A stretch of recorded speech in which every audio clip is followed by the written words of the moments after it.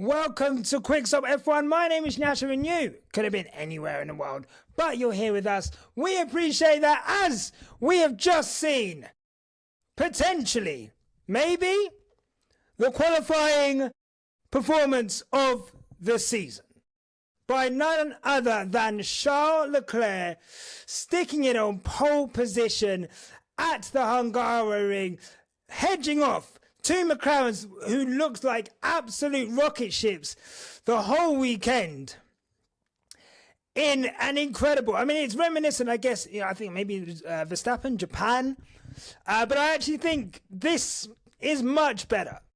This is just in terms of where you think the car is, where it's ended up, how quick the McLarens are.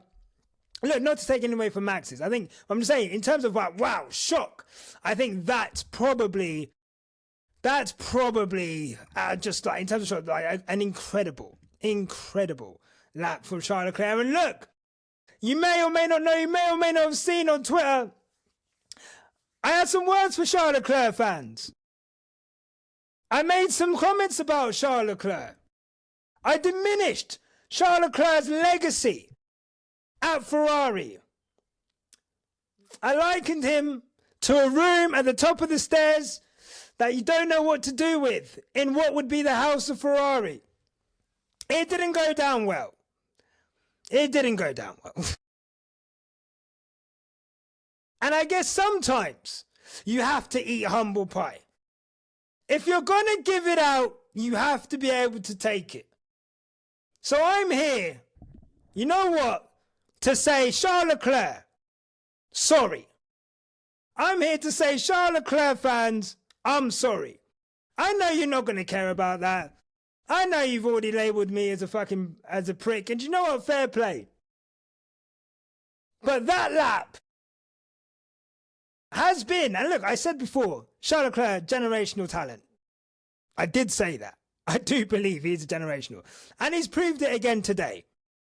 But that lap has been the type of lap that Charles Leclerc has been doing year after year after year. There's a reason he's got so many poles. If George is Mr. Saturday, then Charles Leclerc is Professor Saturday. Do you know what I mean? Dr. Saturday. There's levels to this shit.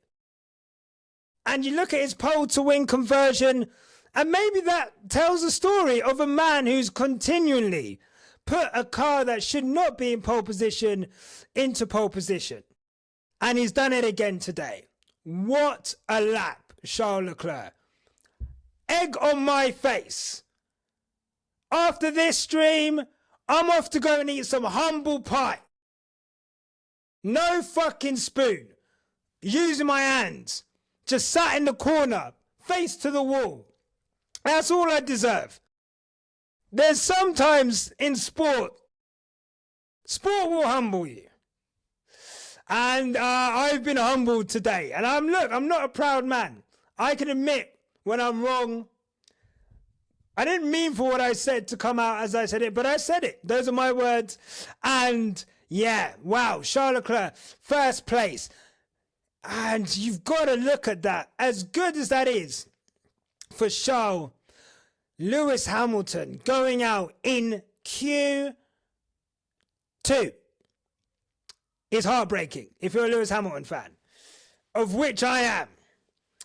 And, you know, you're looking at his lap, I think he's like 0.015 or something off getting into Q3. There's a snap of oversteer in the penultimate corner, which probably cost him fine margins, but nevertheless, that will kill Lewis. Going out in Q2 and seeing your teammate stick it on pole has to be gutting. And he is like, his only saviour, you know, is probably that it's raining tomorrow. We've seen what Lewis can do in the rain. But Lewis's struggles in qualifying continue. And the longer this goes on, you know, the more this is going to eat at him. And we know he's getting used to the car. We know setup wise, he's never really found that sweet spot around the track. Like Hungary, we have the softest tires in the tire range. Trying to keep that soft intact throughout the whole lap has been something Lewis has struggled with throughout the weekend so far, and we've just seen it there, trying to get as much as he can through those last corners with the tires hanging on and the back just stepping out, and it's cost him. It's cost him, and it's unfortunate. And this is something he's complained about or mentioned throughout the season, not being able to get the tyres in the correct window to be able to do what he wants to do with it. But nevertheless, Team LH, it's peak right now. It is peak right now. What are we to say? What are we to do? But it doesn't mean I don't have faith.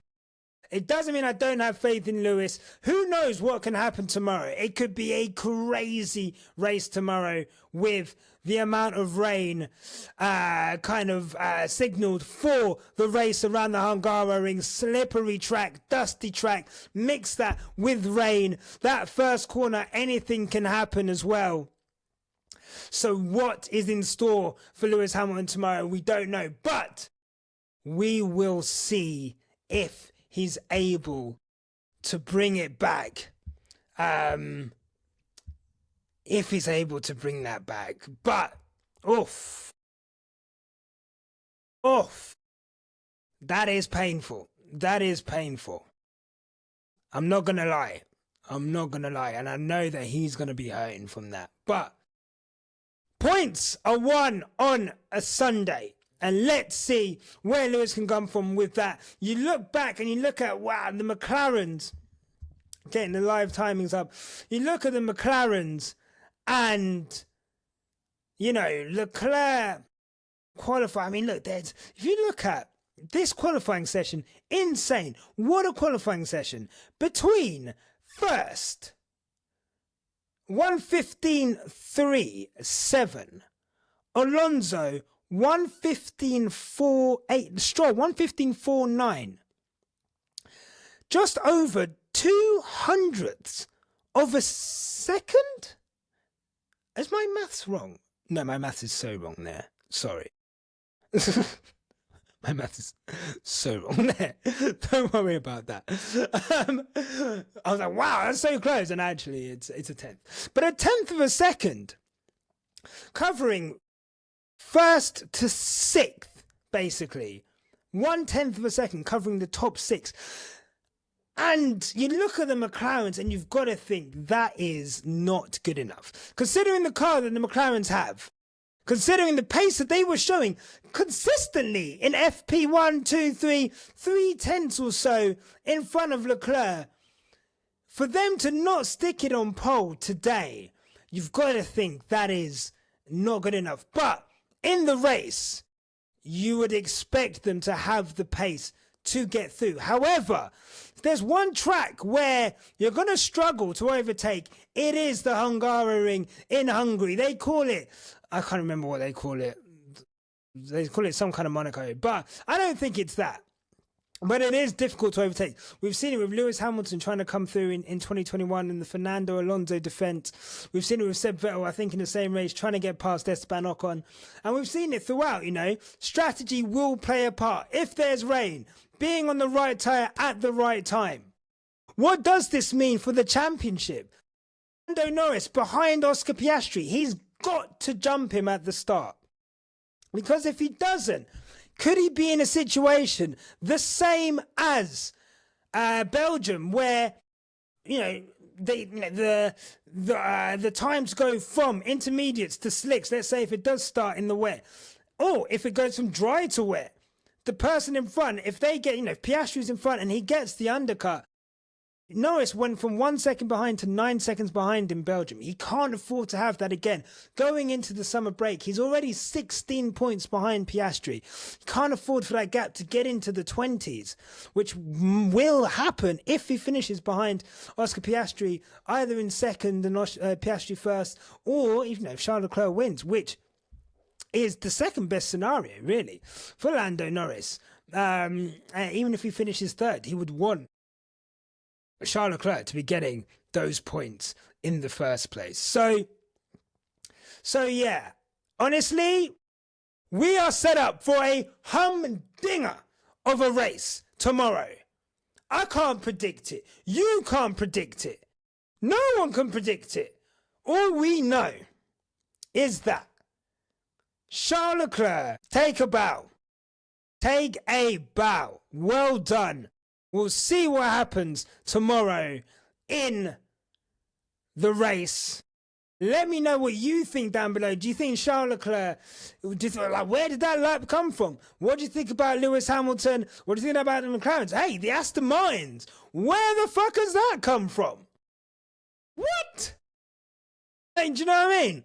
So let's see where it goes from there. But thank you for watching. If you've liked this video, subscribe to the channel. If you unlike the video, subscribe to the channel. And I will see you guys for a live stream watch along of the race tomorrow, if you're into that sort of thing.